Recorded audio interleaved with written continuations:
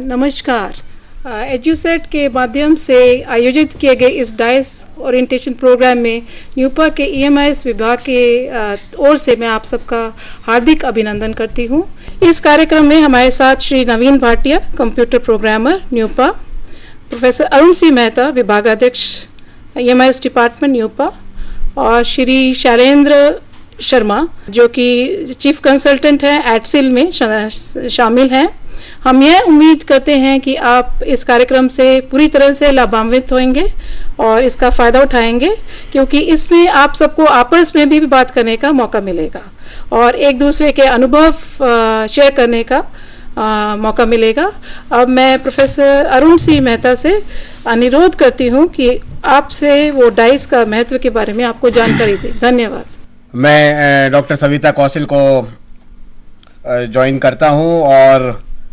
राष्ट्रीय शैक्षिक योजना एवं प्रशासनिक विश्वविद्यालय द्वारा आयोजित इस आधे दिन की वर्कशॉप में आप सबका फिर से एक बार स्वागत करते हैं। ये बहुत ही सौभाग्य की बात है आज हमारे सबके लिए। पहली बार डाइस जब से चालू हुआ है 94-95 से, आज पहली बार block resource centre coordinators, cluster resource centre coordinators आज इस प्रोग्राम के माध्यम से हमसे पहली बार जुड़े हैं। District project coordinators, district MIS incharge, systems analyst, चाहे वो डिस्ट्रिक्ट में हो चाहे राज्य स्टेट लेवल पे हो, हम उनके साथ में वर्कशॉप, ट्रेनिंग, वार्तालाप, कम्युनिकेशन हमारा होता रहा है। But this is for the first time in the history of dice कि हम आपसे आज पहली बार जुड़े हुए हैं। ये बहुत ही महत्वपूर्ण कदम है और मुझे पूरी उम्मीद है कि डाइस की जो गुणवत्ता है, डाइस डेटा की जो गुणवत्ता है, आज के इस वर्कशॉप के माध्यम से जरूर बहुत बढ़ जाएगी। आप लोगों ने जो कार्य पिछले कुछ सालों में किया है उसकी केवल राष्ट्रीय लेवल पे ही नहीं, अंतर्राष्ट्रीय लेवल पे भी बहुत ज़्यादा सराहना की गई है। आप लोग हर साल जो डेटा इकट्ठा करते हैं स्कूल हेडमास्टर और हेड टीचर के माध्यम से, उसको चेक करके CRC लेवल पे आता है। आप लोग फिर उसमें BRC लेवल तक उसको पहुंचाते हैं, कुछ जांच करते हैं और डेटा की एंट्री बाद में डिस्ट्रिक्ट लेवल पे होती है। इस सारे प्रक्रिया के माध्यम से डाइस डेटा की गुणवत्ता पिछले कुछ वर्षों में काफ़ी कुछ उसमें इम्प्रूवमेंट हुआ है, लेकिन अभी भी उसमें कुछ कमियां हैं, खामियां हैं और हमें उस खामियों को पता है और उन खामियों को मद्देनजर रखते हुए हम इस वर्कशॉप के माध्यम से ये पूरी कोशिश कर रहे हैं कि और हमारी गुणवत्ता डाइस डेटा की बढ़ जाए। आज ऐसा कोई वेरिएबल नहीं है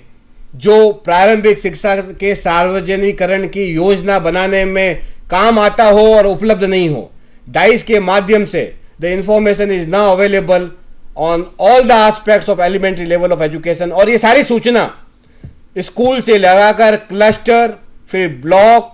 डिस्ट्रिक्ट, स्टेट और नेशनल लेवल पे उपलब्ध है। और जो व्यक्ति या रिसर्चर इस प्रकार के डेटा में रुचि रखता है, ये डेटा उसको बिल्कुल फ्रीली उपलब्ध किया गया है।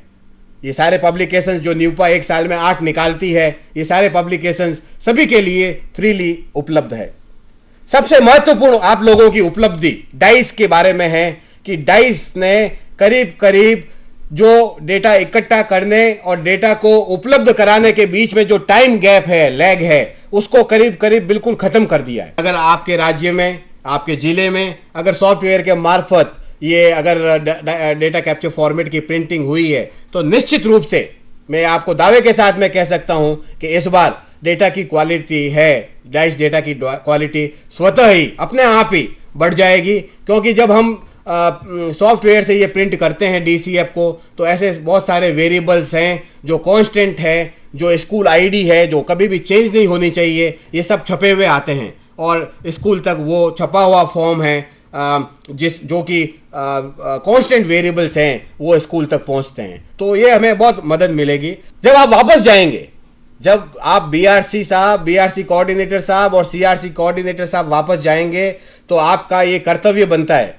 अगर सारे CRC कोऑर्डिनेटर्स आज हमारे इन सेंटर्स में उपलब्ध नहीं हैं और BRC कोऑर्डिनेटर अगर उपलब्ध हैं, तो बीआरसी कोऑर्डिनेटर की ये जिम्मेवारी है, उनको इस बात के लिए निश्चित रूप से प्रयास करना है कि ये वर्कशॉप आज जब ख़त्म हो जाए और 30 सितंबर को जब डेटा इकट्ठा करना शुरू कर दें, उस दरमियान उस बीच में आपको अगर सीआरसी कोऑर्डिनेटर आज उपलब्ध नहीं है तो उनकी ट्रेनिंग करनी है, और निश्चित रूप से सीआरसी कोऑर्डिनेटर ये व्यवस्था करेंगे कि जो हेडमास्टर और हेड टीचर हमारे रेस्पोंडेंट्स हैं उसकी ट्रेनिंग आप करेंगे। हमें ये पूरी व्यवस्था करनी है इस बार। निश्चित रूप से हमारा डेटा कैप्चर फॉर्मेट उन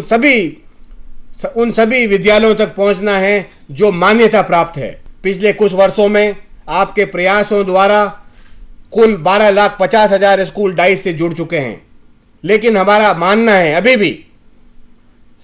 कुछ ऐसे स्कूल हैं जैसे नवोदय विद्यालय, केंद्रीय विद्यालय, open school, Tibetan school, Kasturba Gandhi विद्यालय, प्रोजेक्ट स्कूल्स और ओपन स्कूल्स, जैसे मैंने पहले भी बताया, ऐसे कुछ स्कूल हैं जो अभी भी हमसे जुड़ने बाकी है। मैं ये नहीं कहता कि ये सारे स्कूल हमसे नहीं जुड़े हैं, इसमें से बहुत सारे स्कूल हमसे जुड़ चुके हैं, लेकिन अभी भी कुछ ऐसे स्कूल हैं वो छूट गए हैं। हम ये भारत सरकार की मार्फत से ये पूरी कोशिश कर रहे हैं कि जो हमारे शिक्षा सचिव हैं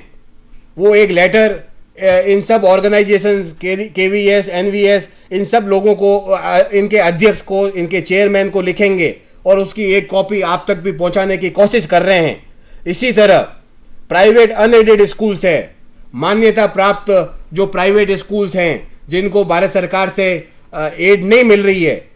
दे are also suppose to be covered under the DISE. और मुझे ये कहते हुए खुशी हो रही है कि करीबन 2 लाख स्कूल, 12,50,000 स्कूल में से ऐसे हैं जो प्राइवेट स्कूल्स हैं, लेकिन अभी भी सारे प्रयास करने के बावजूद भी ऐसे कुछ स्कूल जो प्राइवेट हैं वो अभी हमसे नहीं जुड़ पा रही है। हम ये पूरी कोशिश कर रहे हैं। हमने राज्य सरकारों से निवेदन किया है कि 30 सितंबर से पहले अखबारों के अंदर विज्ञापन देके इन सभी स्कूलों को सूचित किया जाए कि ये उनकी दायित्व बनता है, और जब right to education bill pass हो गया है तो ये उनका दायित्व और ज़्यादा पुख्ता हो जाता है कि ये डाइस जो फॉर्मेट हैं उन तक पहुंचाए जाते हैं हमारे सीआरसी कोऑर्डिनेटर के मार्फत, उसको पूरा भरकर, ईमानदारी से भरकर वापस सीआरसी मार्फत ये ऊपर लेवल तक पहुंचे। मुझे ये भी पता है कि बहुत से सीआरसी कोऑर्डिनेटर्स बड़ी बड़ी स्कूलों में शायद अंदर प्रवेश न कर पाएं, लेकिन हमारे डिस्ट्रिक्ट प्रोजेक्ट कोऑर्डिनेटर साहब हैं, हमारे ब्लॉक रिसोर्स सेंटर कोऑर्डिनेटर्स हैं, अगर वो प्रयास करें तो ऐसा कोई